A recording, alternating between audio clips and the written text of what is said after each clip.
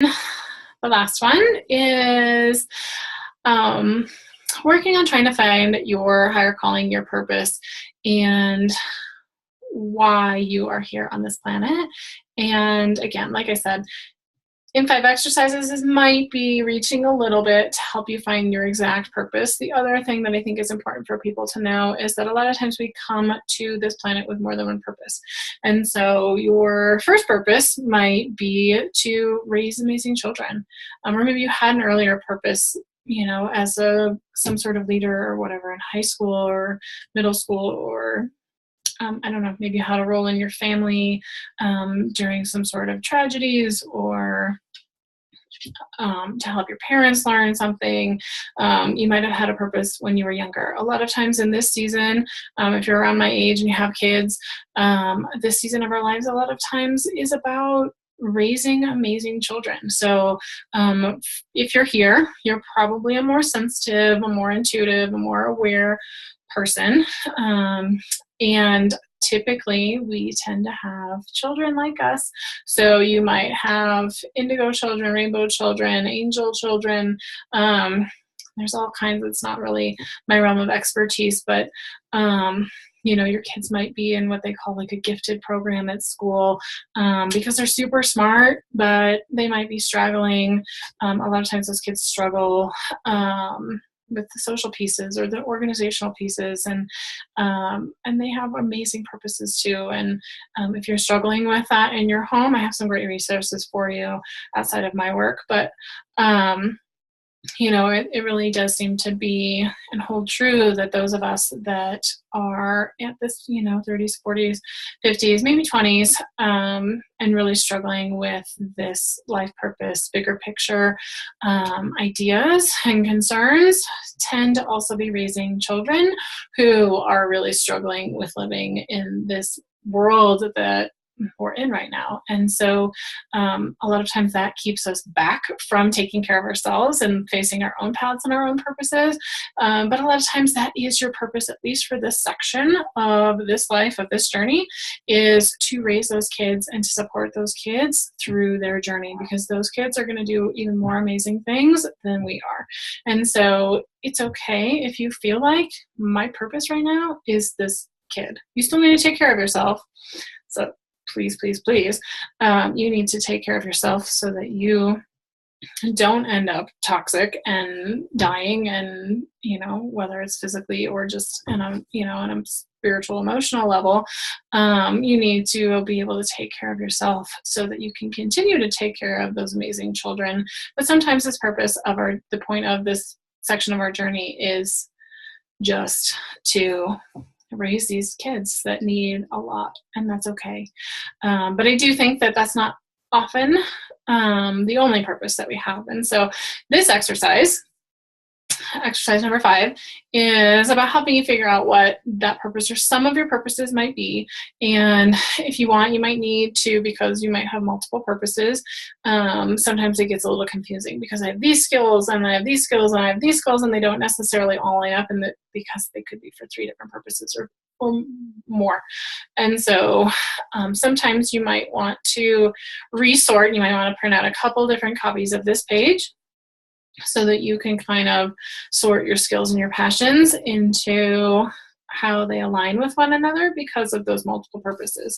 But long story short, condensing it down into as simple of a graphic as I can and as simple of a one-day journaling exercise as I can.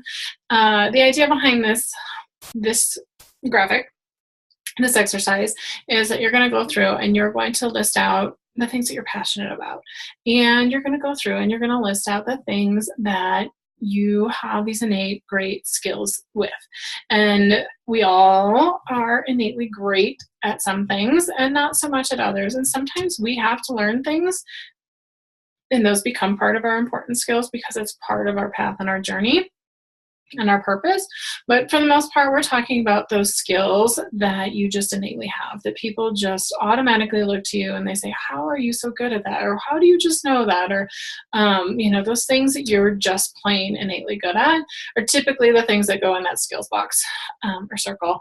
But but not necessarily. So if you have come to this planet and really always had a passion for learning about something, well, then there's a reason you have that passion to learn that, and now you've become an expert with it. And so those skills also get lumped in there.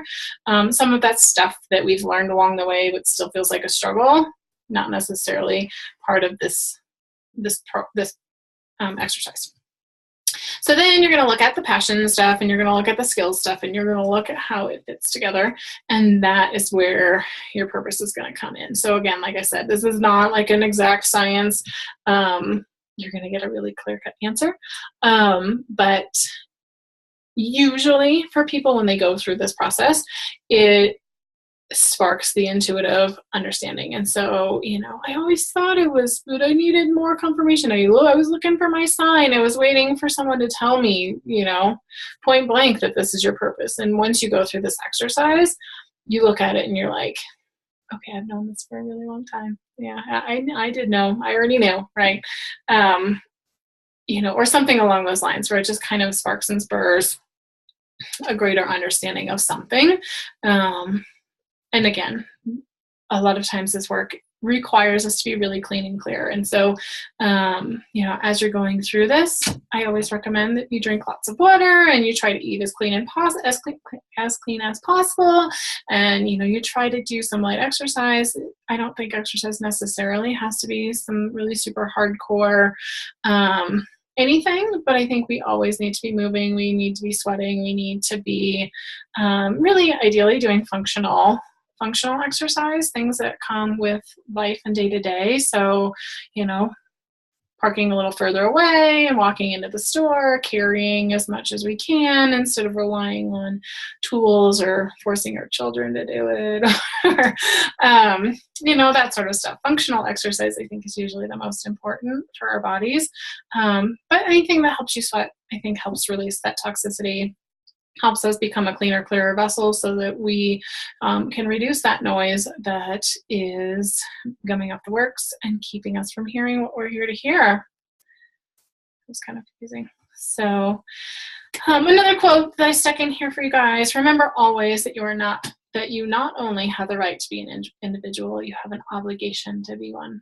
So again, going back to that idea that you are important, your purpose, your mission, your time on this planet is super important, and you, as your higher self, as your deeper calling, is the reason you're here. Not to be like the masses, not to do what everybody else is doing, but to do you and be you, to own who you are with love and understanding and appreciation for the being and the soul and the vessel that you are, and really just appreciating and finding understanding for where you're going and what you're doing.